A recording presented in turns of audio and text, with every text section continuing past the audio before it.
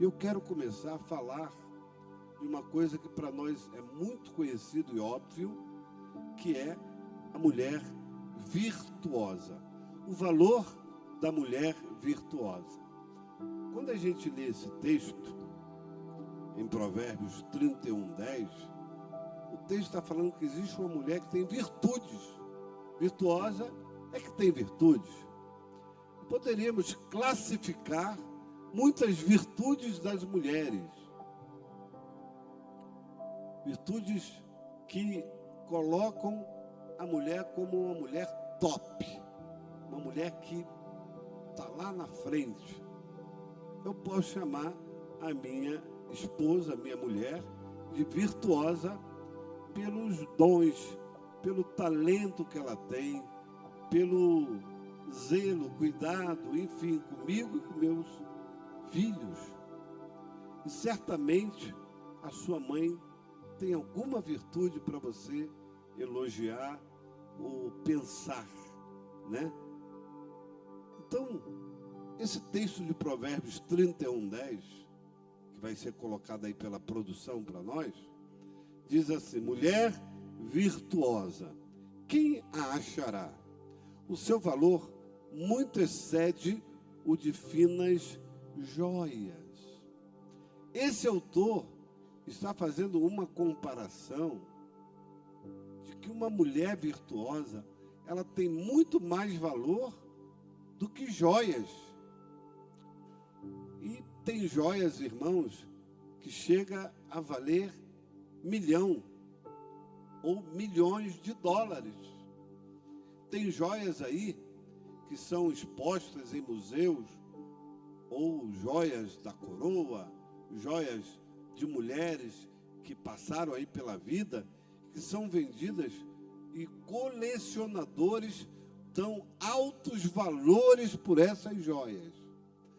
Agora, o autor está dizendo que a mulher que tem virtudes, ela tem muito mais valor do que esses bens que as pessoas na vida classificam como coisas importantes e tremendamente valiosas. E faz-se uma pergunta: quem achou essa mulher? Eu achei. O nome dela, a primeira, chamava-se Cremilda Teixeira da Silva. Minha mãe, eu achei nela muitas virtudes. Uma mulher que trabalhou, que deu seu coração, que eu poderia aqui passar horas contando histórias de como aquela mulher criou seus filhos sozinha, em momento da sua vida, mas não nos abandonou e foi exemplo. E eu ouvi dizer, não sei se foi hoje aqui, em algum lugar, que a mulher, ela muitas das vezes é perseverante, e a sua perseverança faz com que os seus filhos se salvem. Minha mãe perseverou em orar por mim. Se hoje eu sou alguém que tem um pouquinho de história na vida evangélica cristã, eu devo ao incentivo, às orações que minha mãe fazia e não passava a mão. Porque não é só orar, mamãe, é falar para o seu filho a verdade. Tem mãe que passa a mão no filho. O filho errado, ela não está sendo virtuosa. Essa mãe não é virtuosa quando ela não deixa ninguém tocar no bebelô dela. Tocar no sentido de uma crítica construtiva, de uma crítica que vai mostrar o erro do seu filho. E o primeiro a apontar erros do filho ou da filha tem que ser a mãe. Você, mãe, tem a responsabilidade de chamar sua filha, chamar o seu filho, ó, você está errado. Você está errada. Essa é uma mãe virtuosa, que não passa pano, que não passa mão, que não esconde erros dos seus filhos, mas expõe e diz a verdade que ele precisa ouvir. Porque senão, quando ele chegar na vida e alguém confrontar a professora, no trabalho, no quartel, a minha mãe não fala assim comigo, mas deveria falar. Porque não começa em casa. Vamos dizer isso? Não começa em casa. Existem muitas mães que sabem dizer sim e que sabem dizer não. E o não também é bênção. O não é um alerta. O não, ele chega a parecer um sim. Porque ele vai mostrar o caminho para a criança. Essa mulher virtuosa que o autor fala aqui, ele faz uma pergunta para ele mesmo e para todos nós e para a sua época: quem achará? Mas graças a Deus, muitas mulheres virtuosas se levantaram para serem modelo para nós hoje nas Escrituras.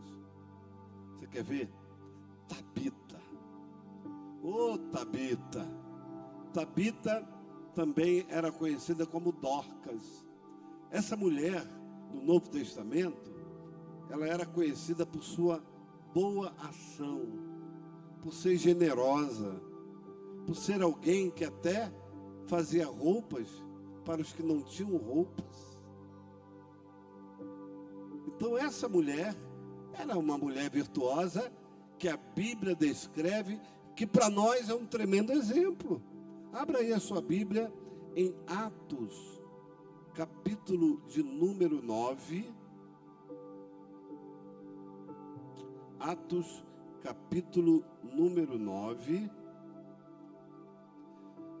do verso 38 em 35.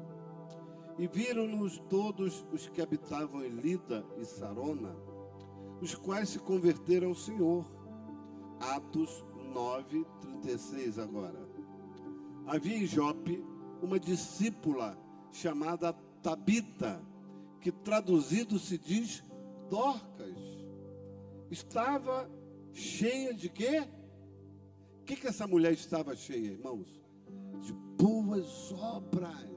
Por que a palavra de Deus, ela sempre traz um destaque para boas obras? Irmãos, boas obras não é coisa de espírita, não, irmãos. Boas obras é coisa de gente de Deus. É de crente. A gente não tem que dar para o inimigo aquilo que Deus deu para a igreja. E a igreja acha que é só pregar, mas indo além da pregação, que é as nossas ações. Nossas ações complementam a nossa mensagem. Nossas ações complementam aquilo que a gente crê, porque aquilo que eu creio tem que ser exteriorizado nas minhas atitudes de amor ao próximo, de amor às pessoas. Essa mulher virtuosa chamada Tabita, que traduzido era Dorcas, ela influenciou a sua região, o seu bairro, a sua cidade. E houve um problema e ela veio a falecer. E todos ficaram tristes. E olha o que acontece. Verso 37. E aconteceu naqueles dias que, enfermando ela, morreu. Tendo-a lavado, a depositaram num quarto alto. E como Lida era perto de Jope, ouvindo os discípulos que Pedro estava ali, lhes mandaram 2 homens, rogando-lhe que não se demorasse em vir ter com eles. E levantando-se Pedro, foi com eles. E quando chegou, o levaram ao quarto alto. Todas as viúvas o rodearam. Todas as viúvas o rodearam, chorando e mostrando as túnicas e vestes que Dorcas fizera quando estava com elas. Imagina, olha, Pedro, irmãos, essa roupinha aqui, poxa, foi ela que fez para mim. E como ela me abençoou com essa roupa aqui. Aí a outra irmã se levantava, poxa vida, esse vestido aqui que eu uso, é o único vestido que eu tenho, e foi ela que me deu, foi ela que me abençoou. E a outra disse, olha, eu não tinha dinheiro para comprar roupa, mas essa mulher, ela fez uma roupa para mim, ela foi generosa, ela mostrou o amor e a sua fé, por isso que agora eu estou aqui, eu sou de Jesus, porque ela influenciou a minha vida. Irmãos, isso foi lindo, aquelas mulheres testemunhando sobre as roupas que elas receberam de Dorcas. Seja uma mulher que influencia como Dorcas. Eu não sei que tipo de influência você vai exercer, mas certamente Deus vai te dar ferramentas para você abençoar alguém, para você influenciar a vida de alguém e as pessoas terem boas lembranças ao seu respeito. E você não precisa morrer para que as pessoas se lembrem de você. Elas vão se lembrar em todo o tempo da sua vida de que você foi generosa, amorosa, amiga, companheira, porque você é virtuosa. Então, a pergunta do autor de Provérbios: quem achará? A família de Dorcas achou ela virtuosa. Podemos citar muitas outras mulheres. Agora, veja comigo uma coisa. A mulher, ela foi criada com a capacidade de amar entranhavelmente. Eu não sei se eu estou fazendo um juízo errado, mas eu vejo que muitas das circunstâncias, situações, a mulher tem um poder de amar mais do que os homens. Não que os homens não amem, mas se botar na balança, eu vejo que as mulheres amam mais, acolhem mais, abraçam mais. E, irmãos, a gente não tem que se sentir desvalorizado por isso, não. É um poder, é uma capacidade que Deus deu à mulher. Olha, Jesus, quando chega em Jerusalém, ele se compara como uma mãe. Quantas vezes eu quis juntar como a galinha junta seus pintinhos? Uma mãe. Mãe protege, mãe cuida. Cuida mais do que o pai.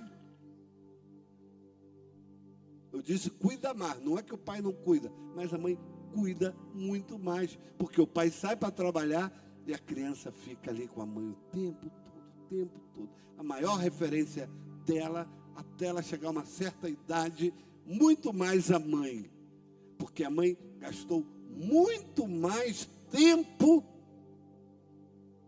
investiu na sua infância, investiu na sua juventude, porque o pai estava ocupado trabalhando.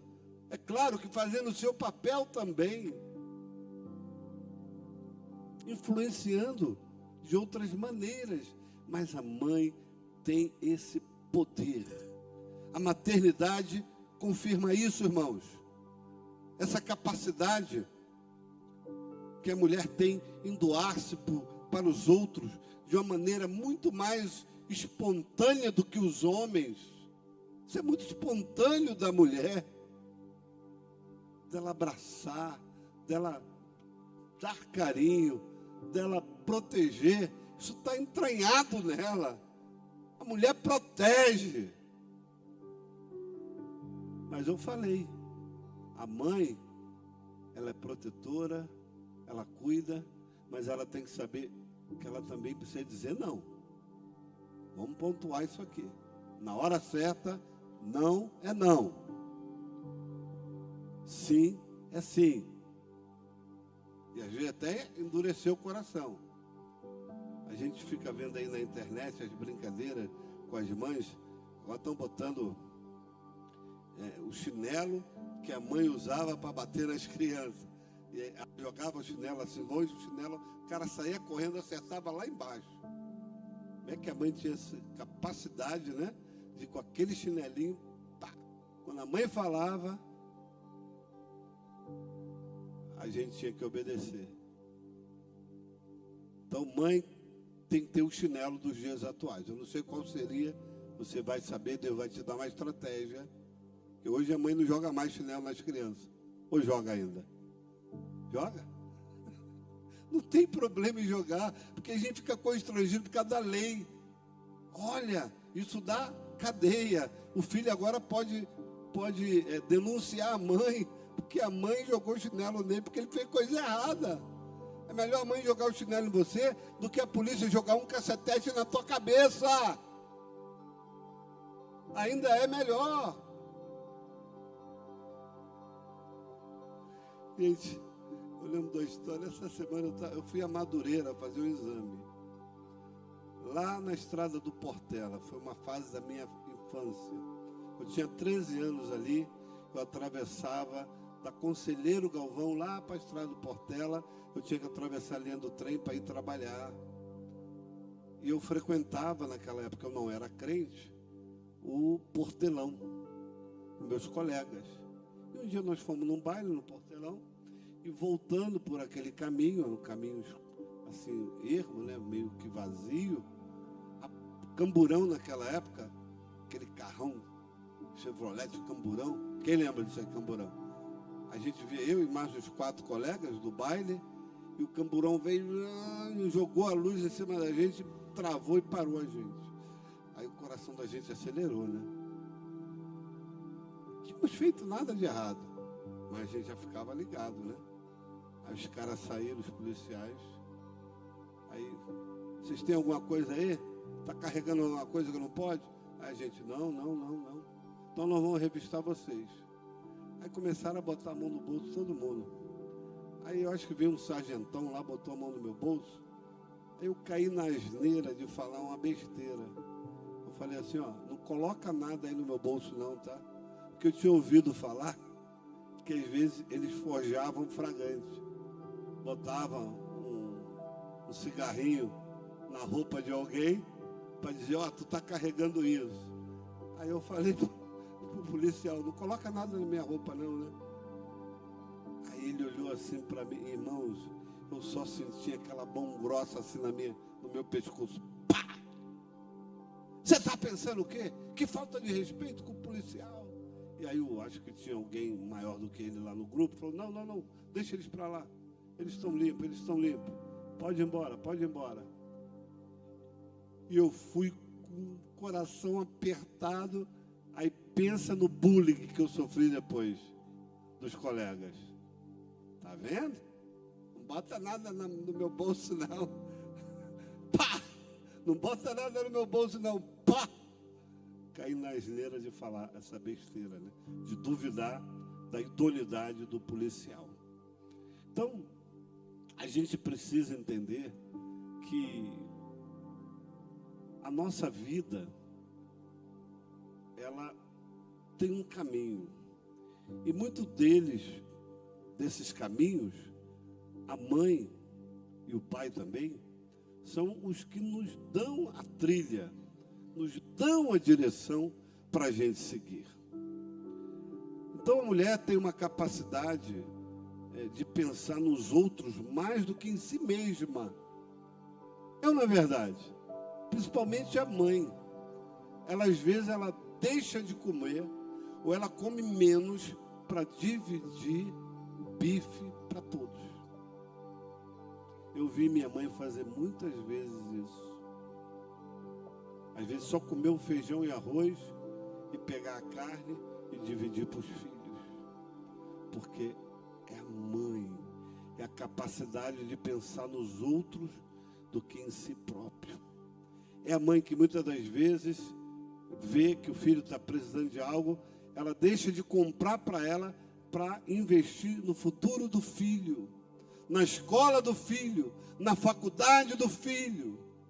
no curso do filho, se priva de alguma coisa para ela, para investir. Essa é uma mulher virtuosa. E eu convivi com mulheres assim, que pensaram mais nos outros, pensaram mais no marido, nos filhos, do que nela. Glória a Deus por isso. Uma mulher que a Bíblia nos retrata, e que ela foi muito persistente. Isso é uma característica de uma mulher virtuosa, ser persistente. É a mulher que está contida em Lucas, e eu quero acompanhar com você. Ela pode até ser uma mulher fictícia, mas essa mulher, ela está na cabeça de Jesus. E quando Jesus conta algo, é porque isso é possível ser verdadeiro. As parábolas de Jesus eram histórias que eram verdades, mas retratadas com personagens que ele queria que a gente, ou as pessoas do seu tempo, os discípulos, entendessem a sua didática de ensino com personagens que ele contava. Podemos dizer que ele criava o seu coração para ensinar. Quer ver? Lucas 18. O juiz iníquo e uma viúva. Essa viúva não existe, irmãos. Esse juiz iníquo, personagem, não existe, mas existe nos dias atuais. Existiu naqueles dias, na vida. Eram figura de linguagem que Jesus queria retratar. Ele conta uma história que é uma verdade, embora os personagens não existam. A novela, o personagem não existe. Mas quando você vê, você pensa que é verdade, que aquele ator, aquela atriz está encenando um papel de uma pessoa assim, assim e assim. Leia comigo Lucas 18. E contou-lhes também uma parábola sobre o dever de orar sempre e nunca desfalecer, dizendo: havia numa cidade um certo juiz que nem a Deus temia e nem respeitava algum homem. Será que existe hoje no Brasil algum juiz que não teme aos homens e não teme a Deus? Será que existe assim um juiz ministro por aí que a gente possa... Será que é esse retrato aqui dessa pessoa que não teme a homem algum, que se acha acima de tudo, da lei de todos? Aí continua o texto. Havia também naquela mesma cidade uma certa viúva. Isso aqui é uma história, é uma parábola. Essa viúva não existia. Existia na história de Jesus. Quem está compreendendo? Ela nem tem nome, essa viúva. E ela ia ter com esse juiz, dizendo: faze-me justiça contra o meu adversário. Olha o que Jesus está ensinando a você, mulher. Faz como essa viúva, que eu estou contando a história dela, a ir buscar no juiz justiça contra o teu adversário. Nós temos adversários nessa vida, irmãos. Se a gente fizer uma análise, a gente acha. Muitas coisas são adversários de você. Conspiram contra você, de alguma forma. Pode não ser pessoas, pode ser fatos. O próprio diabo, os demônios, são nossos adversários e usam pessoas, usam circunstâncias contra nós. Aí ela diz: faze-me justiça. Eu só preciso que o Senhor me faça justiça contra o meu adversário, porque meu adversário, ele está querendo ganhar essa causa, mas eu estou pedindo, me ajuda, me justifica. E ela fazia isso insistentemente na história de Jesus, no relato de Jesus, porque Jesus quer nos ensinar a ser como essa viúva. Quando Jesus põe uma viúva dentro da história, Jesus está dizendo que existe uma pessoa aqui que não tem ninguém por ela. Sim ou não? Ele podia botar uma rainha, uma rainha foi pedir ao juiz, um personagem X. Não, ele botou uma viúva, porque a viúva na sociedade é aquela que não tem ninguém por ela.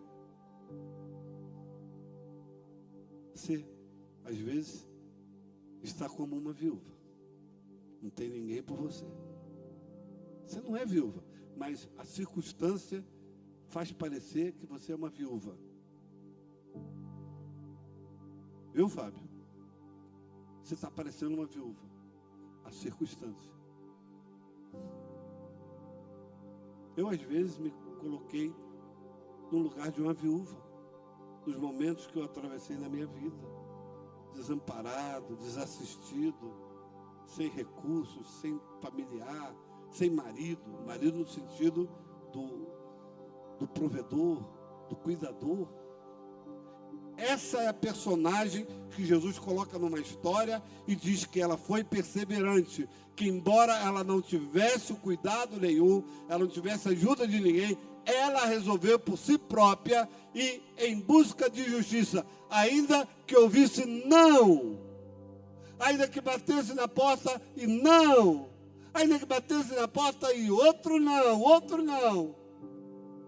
Ela não se dá por vencida e vai de novo, e vai de novo, e vai, até que aquele juiz se incomoda, se sente tão incomodado, e ele diz, olha, todavia essa viúva me molesta, no verso 5, eu hei de fazer justiça para que enfim não volte e me importune muito. Ela está me importunando já. Eu vou ter que fazer justiça para ela parar. Ela tem que parar de bater na minha porta, de bater na minha porta, de bater na minha porta. Aí eu lembro que Jesus disse, batei, batei, batei, e abri-se-vos-á. Buscai, buscai, buscai. Jesus me ensinou isso. Bate na porta, não. Bate de novo, não. Bate outra vez, porque vai ter uma hora que essa porta, de tanto ela ser batida, ela vai dizer, sim, eu vou te ajudar, eu vou te abençoar. Esse personagem viúva, simplesmente tem uma coisa dentro dela, que ninguém tira. Ela era sozinha, mas ela tinha persistência, fé, fé, fé, fé, meu irmão, fé, minha irmã. Ela, no relato de Jesus, é uma mulher virtuosa, porque persistência é virtude. Lembra da mulher cananeia? Senhor, abençoa, Senhor. Não é lícito dar aos cachorros o pão dos filhos, mas, Senhor, até os cachorrinhos comem das migalhas que caem da sua mesa. E aquilo chama a atenção de Jesus. Aí já é uma história real. A mulher cananeia, que você encontra lá em Mateus 15, 21. Não vou entrar agora porque eu quero avançar. Eu só tenho aqui 7 minutos para concluir. Senhor, até os cachorrinhos comem das migalhas. Ela poderia ter saído na hora. Não é lícito dar pão aos cachorrinhos. Ela poderia se sentir ofendida. Me chamou de cadela. Olha, foi duro comigo. Irmãos, quantas vezes, irmã, você recebeu palavra dura e na hora você desistiu? Porque aquela palavra feriu o seu coração. Mas essa mulher, que não era judia, que não entendia nada das coisas de Deus, ela blindou seu coração em humildade. Meu Deus! Mulher virtuosa, blinda-se em humildade. Quando alguém lhe ofende, quando alguém lhe maltrata, quando alguém fala mais forte e diz o não. Era o não que Jesus estava dizendo para ela. Mas como é que ela lida com a negativa? Virtuosa, como é que você lida com o negativo das palavras a seu favor? Simplesmente blinde-se de humildade.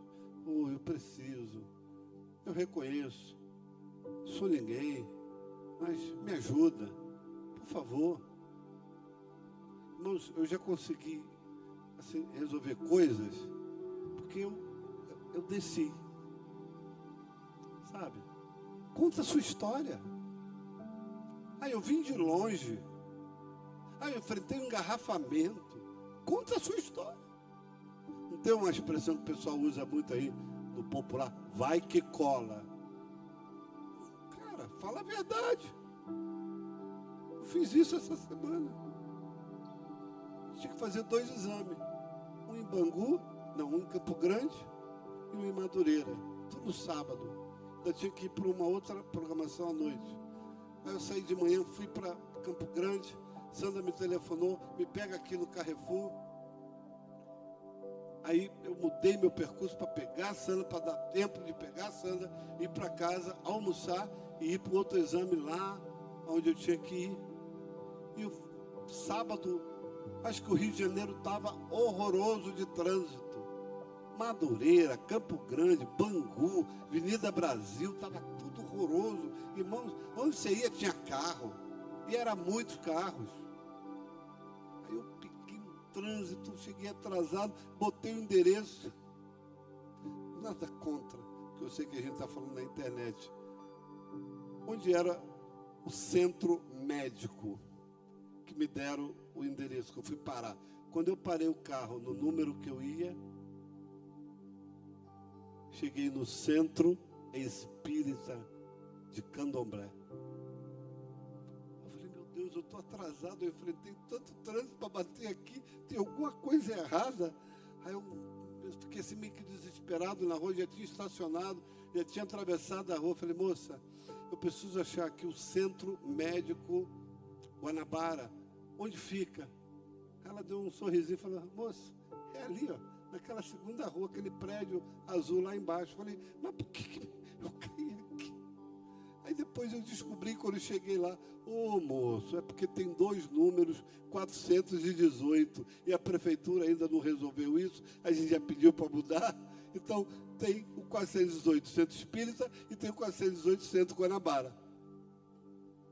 Aí cheguei lá, moço, eu cheguei atrasado, eu estou 20 minutos aí rodando tudo, eu estou no trânsito, por favor, não posso perder meu exame. Já tinha passado mais de 40 minutos.